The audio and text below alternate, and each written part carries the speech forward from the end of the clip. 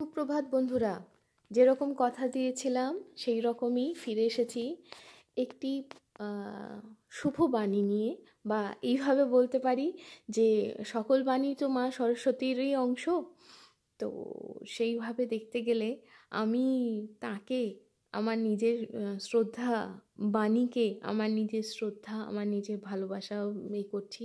এই শব্দটার অর্থ একমাত্র আমি জানি, একজনই এখানে বুঝতে পারবেন না, দুজন বুঝতে পারবেন, কিন্তু সত্যি সত্যি সেই মানে খুব কম মানুষ আছেন যারা এখানে বুঝতে পারবেন যে আমি কি বললাম। সত্যি কথা বলতে কি, একমাত্র মাতা রানী বলেন যে সকল কন্যা, সকল নারী তার অংশ। এত বড় ক্লেম এত বড় ক্লেম একমাত্র মাতা রানী করেন, তাই না? তো আসুন আজকে আমরা একটু অন্য অন্য জায়গায় যাই। ভগবানকে নারী বা পুরুষ হিসেবে না ভাগ করে নিয়ে দেখি উপনিষদ কিভাবে আমাদের সাহায্য করছে ভগবানকে জানতে, বা সেই যে একটা শক্তি, যে শক্তিটা অন্ধকারেও আছে, আলোতেও আছে, যা বিনা, যা ছাড়া না স্পেস, না টাইম, না স্পেস টাইম কন্টিনিউম কিছুই থাকবে না। তো সেই শক্তিকে জানতে উপনিষদ কিভাবে বেদের ব্যাখ্যা হিসাবে কিভাবে ধীরে ধীরে পর্যালোচনা করেছেন সেটা আমরা দেখব। আজকে আমি যে এগুলো বলছি সেটি আমি নিয়েছি উপনিষদ অখণ্ড সংস্করণ হরফ প্রকাশনী থেকে প্রকাশিত। এর মধ্যে অনেক প্রচুর উপনিষদের সংকলন এটি। এটি অনুদিত ও সম্পাদিত হয়েছে তিনজন বিশিষ্ট ব্যক্তিদের দিয়ে: অতুলচন্দ্র সেন, সীতানাথ তত্ত্বভূষণ এবং মহেশচন্দ্র ঘোষ। আমি তাদের নাম নিচ্ছি, এটা অনেক বড় ধৃষ্টতা। আচ্ছা, আমরা প্রথম যে উপনিষদটা আমরা দেখতে চাইছি বা পর্যালোচনা করব সেটি হলো ঈশ উপনিষদ। ঈশ মানে ভগবান। তো এই ঈশোপনিষদে 5টা মোট ভাগ আছে: ভোগ ও ত্যাগের সমন্বয়, ব্রহ্ম বিশ্বব্যাপী ও বিশ্বাতীত, বিদ্যা ও অবিদ্যা, সম্ভূতি ও অসম্ভূতি, ঈশ্বর ও জীবের একাত্মতা। তো কোনো কিছুই শুরু করার আগে একটা সবচেয়ে বড় দরকার হয়, সেটা হলো শান্তি পাঠ। ওং পূর্ণমদঃ পূর্ণমিদং পূর্ণাৎ পূর্ণমুদচ্যতে পূর্ণস্য পূর্ণমাদায় পূর্ণমেবাবশিষ্যতে ওম শান্তি শান্তি শান্তি। অর্থাৎ পরম ব্রহ্ম পূর্ণ, ইহা পূর্ণ, এই সকল সূক্ষ্ম স্থূল পদার্থ পরিপূর্ণ, ব্রহ্ম হইতে উদ্গত বা অভিব্যক্ত হইয়াছে, আর সেই পূর্ণ স্বভাব ব্রহ্ম হইতে পূর্ণত্ব গ্রহণ করিলেও পূর্ণই অর্থাৎ পরম ব্রহ্মই অবশিষ্ট থাকেন।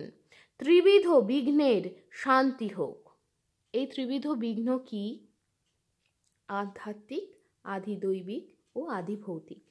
আমরা সেগুলো নাই জানলাম, আমরা এটুকুনি ধরেই নিলাম এই মন্ত্রের সাথে সাথে আমাদের চতুর্দিকে যা যা ঋণাত্মক ছিল সব কিছু সেই পরম কল্যাণময়ের আশীর্বাদে কল্যাণকারী শক্তিতে রূপান্তরিত হলো। এই শ্লোকটির যদি আমরা ভাবার্থ দেখি, তার অর্থ হলো ব্রহ্ম জগতের অতীত এবং জগৎ ব্যাপী। জন্ম বা সৃষ্টি ব্রহ্মের একত্বের বা পূর্ণত্বের কোনো পরিবর্তন করে না। মানে শক্তি যাতেই কনভার্ট হোক, শক্তি একই থাকে। শক্তি থেকে যদি ম্যাটারও তৈরি হয় বা কনভার্সন হয়, বা ম্যাটার থেকে যদি শক্তিতে কনভার্সন হয়, তারপরেও সমষ্টিগতভাবে কোনো তার আলাদা হয় না, কিছু তার চেঞ্জ হয় না। তো এবার আসি আমরা আজকে একটাই আমরা প্রথম শ্লোক দেখি। জানি না এত দূর আমার সামর্থ্য আছে কিনা, সত্যিই অদ্ভুত লাগছে। ঈশোপনিষদ। ঈশা ভাষ্যমিদং সর্বং যৎ কিঞ্চ জগত্যাং জগৎ তেন তক্তেন ভুঞ্জিথা মা গৃধ কশ্যস্বিদ ধনম। এর সরলার্থ কি? এই গতিশীল বিশ্বে যাহা কিছু চলমান বস্তু আছে তাহা ঈশ্বরের বাসের নিমিত্ত মনে করিবে। বা এইভাবেও বলা যেতে পারে ঈশ্বর দ্বারা এই জগতের বস্তুসমূহ আচ্ছাদিত মনে করিবে, ত্যাগের ত্যাগের সহিত ভোগ করিবে, কাহারও ধনে লোভ করিও না। এর ব্যাখ্যা হিসাবে বলা হচ্ছে, এই বিশ্ব গতিশীল চলমান, সর্বদাই চলিতেছে, সর্বদাই পরিবর্তিত হইতেছে। এই মুহূর্তের জন্য ইহার স্থিরতা, এক মুহূর্তের জন্য ইহার স্থিরতা নাই। এই জন্য ইহার নাম জগৎ। এই জগতের মধ্যে যাহা কিছু আছে সেই জাগতিক প্রত্যেক বস্তুই গতিশীল, চলমান, কিন্তু এই চলমান জগৎ একটি অচল সত্তারই অভিব্যক্তি মাত্র।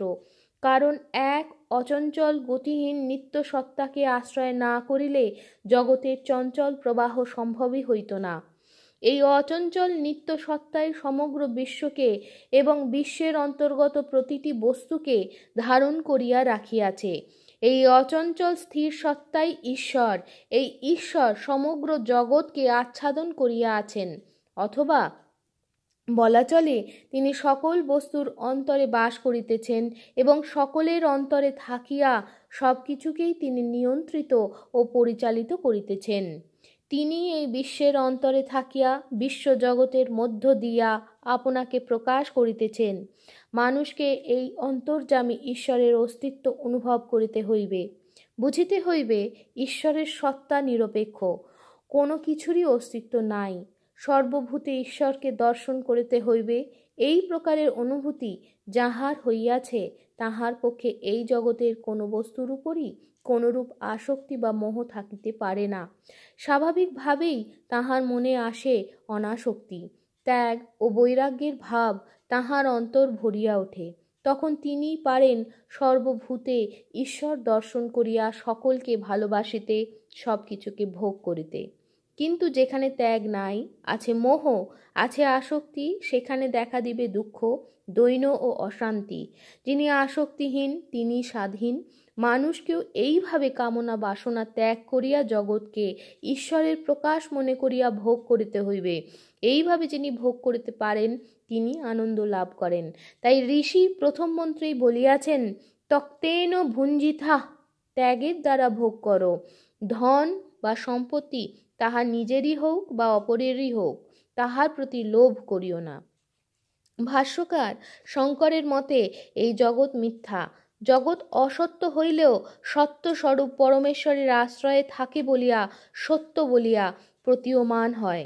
কিন্তু বস্তুত পরমেশ্বরই সত্য। জগৎ ঈশ্বরের উপর অধ্যস্ত বা ভ্রমরূপে কল্পিত। এইরূপ সত্য ভাবনা দ্বারা জগতের সত্যতারূপ ভ্রম দূর করিবে, অর্থাৎ ঈশ্বর ভাবনা দ্বারা জগৎকে আচ্ছাদন করিয়া রাখিবে। এইরূপ ভাবনাযুক্ত হইলে পুত্র, বিত্ত, এমনকি স্বর্গাদির কামনাও ত্যাগ করিতে পারিবে। এইরূপ ত্যাগ ও বৈরাগ্য দ্বারা পরমাত্মাকে পালন করিবে। কিন্তু শঙ্করের উপরোক্ত মত আমাদের নিকট সমীচীন বলিয়া মনে হয় না। মূল শ্লোকে তো জগৎকে মিথ্যা বলা হয় নাই, বলা হইয়াছে জগৎ চলমান, পরিবর্তনশীল, অনিত্য। এই অনিত্য জগৎ একটি নিত্য সত্তাকে প্রকাশ করিয়া আছে, কারণ এক অচঞ্চল গতিহীন নিত্য সত্তাকে আশ্রয় না করিলে জগতের গতি চলিতেই পারে না।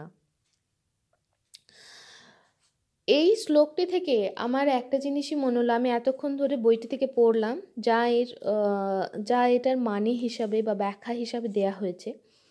তো আমার যেটা মনে হয়েছে আমার ক্ষুদ্র বুদ্ধিতে, একটা মানে আমি যখনই এই উপনিষদ পড়ি বা পড়ার চেষ্টা করেছি, ততবারই আমার মনে হয়েছে যে যেন গীতায় অত কিছু যে বলা রয়েছে, বেদে যে অত কিছু বলা রয়েছে, একদম ছোট্ট করে 18টা না 22টা, ক্ষমা করবেন আমি অ্যাকচুয়াল নাম্বারটা এখানে বলতে পারছি না, 18টাই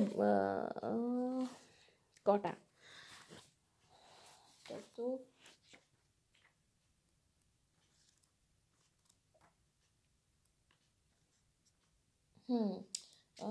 সম্পূর্ণভাবে 18টা, ঠিকই বলেছিলাম প্রথমে।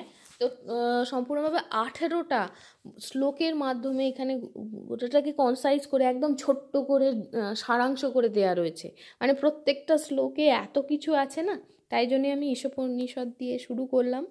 তো এই যে প্রথম যে শ্লোকটি, তার থেকে আমার একটা জিনিসই মনে হয় যে গোটা ব্রহ্মাণ্ড, মানে আমি যদি আবার সেই ফিজিক্সের এতে চলে যাই, যে শক্তি শক্তি মানে শক্তি আছে আর মানে শিব আছে আর শক্তি আছে, একটি সব একটি শক্তি, কোথাও না কোথাও মানে দুটোর পরিপূরক একটা, মানে আমি কোনটাকে মেয়ে হিসাবে দেখবো, মানে স্ত্রী হিসাবে দেখবো, কোনটাকে পুরুষ হিসাবে দেখবো, সেসবের এখানে ব্যাপার নয়। কারণ অখণ্ড ব্রহ্মসত্তার কোনো লিঙ্গ হয় না, প্রথম কথা। দ্বিতীয় কথা হলো, সেই অখণ্ড ব্রহ্মসত্তা তিনি যখন চান তখনই প্রকাশিত হন, এবং তিনি যখন নিজের বিভূতি দেখান, তার বিভূতিতেই আমরা অ্যাকচুয়ালি অস্তিত্বমান। আমরা মনে করছি যে আমরা অস্তিত্বমান। অনেক দিন আগে একটা কথা শুনেছিলাম, আমার খুব ভালো লেগেছিল, যে চাঁদের, মানে আমরা যদি চাঁদের সঙ্গে মানসিকভাবে যোগাযোগ স্থাপন করতে পারতাম, তাহলে আমরা হয়তো দেখতাম যে চাঁদ ভাবে সে পৃথিবীর চারিদিকে নিজে থেকে ঘোরে। তো সেই রকম আমরা ভাবছি যে আমরা জানছি পরমব্রহ্ম কেন আমাদের এই অস্তিত্বের সৃষ্টি করেছেন তিনিই জানেন, কিন্তু আমরা এইটুকুনি কিন্তু একটা তো উদ্দেশ্য আমরা বুঝতেই পারি, যে তাকে চেনা, তার কাছে পৌঁছনো। তিনি নিজেকেই নিজের ভালোভাবে সূক্ষ্মভাবে নিজের অনুভবগুলোকে হয়তো উনি নিজেই জানতে চাইছেন, যে কত ধরনের তরঙ্গ হতে পারে, কত রকমের ওয়েভ ফর্ম হতে পারে, তার থেকে কত রকমের আলাদা আলাদা প্রবাবিলিটি তৈরি হতে পারে। তো সেই জায়গায় যখন তাঁরই এটা এক্সপেরিমেন্ট, যখন আমরা ভাবছি এক্সপেরিমেন্ট, হয়তো ভাবছি যে এটা একটা সার্টেন একটা আনসার্টেনটি, কিন্তু তারপরেও আমি বলবো যে হ্যাঁ, এক্সপেরিমেন্ট হতেই পারে। তিনি তো একা, তার মধ্যে থেকে তিনি ভাঙছেন, গড়ছেন। নজরুলের যে ওই রয়েছে না, বিরাট ও শিশু খেলিছ এ বিশ্ব লয়ে আন ও মনে, সেই রকম আমি গানের কলিটা আলাদা আলাদাভাবে ভেঙে ভেঙে খুবই বাজেভাবে বললাম, কিন্তু সেই রকমই তিনি ভাঙছেন, তিনি গড়ছেন, তার মাঝখানে তিনি যা গড়ছেন সেটাও তিনি যেটা গড়ছেন না, যেটাকে ভাঙছেন সেটাও তিনি, যে কর্ম করছেন সেটাও তিনি। এখানে একটা গীতা শ্লোকের সঙ্গে একটা আত্মিকতা মনে হলো না? ব্রহ্মার্পণম ব্রহ্মহবির ব্রহ্মাগ্নৌ ব্রহ্মণাহুতম ব্রহ্মৈব তেন গন্তব্যম ব্রহ্মকর্ম সমাধিনা, সব কিছু তাকেই, তাই না? এই দুটো শ্লোকে আমার সেটাই মনে হলো, যে যা রয়েছে সব কিছু আমার, সব কিছু ত্যাগের মাধ্যমে ভোগ করতে হবে। গীতার প্রচুর কিছু এখানে আমরা দেখবো যে এক জায়গায় আসছে। আমি হয়তো বারবার, আমি যখন শান্তি মন্ত্রটিও পড়ছিলাম, তখন আমার এই একটি শ্লোকের কথাই বারবার মনে পড়ছিল। তো আজ এই পর্যন্তই। আশা করব যে আমরা এইটুকুনি, এই শ্লোকটা থেকে এইটুকুনি বুঝতে পেরেছি যে মায়া, হ্যাঁ, মহামায়ার ইচ্ছা ছাড়া আমরা মায়ামুক্ত হতে পারি না, কিন্তু আমরা প্রার্থনা তো করতে পারি তার কাছে, যে আপনি আমাদেরকে অবিদ্যা থেকে বিদ্যার দিকে নিয়ে আসুন, আপনার আপনার আশীর্বাদেই আমরা যেন মোহমুক্ত হই, এবং যে কারণে আমাদের উৎপত্তি, এই অস্তিত্বের সৃষ্টি, সেই কারণটাকে আমরা যাতে সেই উদ্দেশ্যটাকে যাতে আমরা সফল করে তাড়াতাড়ি চলে যেতে পারি। সত্যি সত্যি বলি, কার বাইরে পড়ে থাকতে ভালো লাগে? আমরা যারা প্রবাসী তারা তো খুব ভালোভাবে জানি কার ভালো লাগে বলুন না। ঘরের প্রতি মনটা থাকে, সেই রামকৃষ্ণদেব বলেছেন না, যে বাড়ির যে কাজের ঝি, যার নিজের ছেলে গ্রামে পড়ে আছে, তার মতো করে ভক্তি করতে হয়।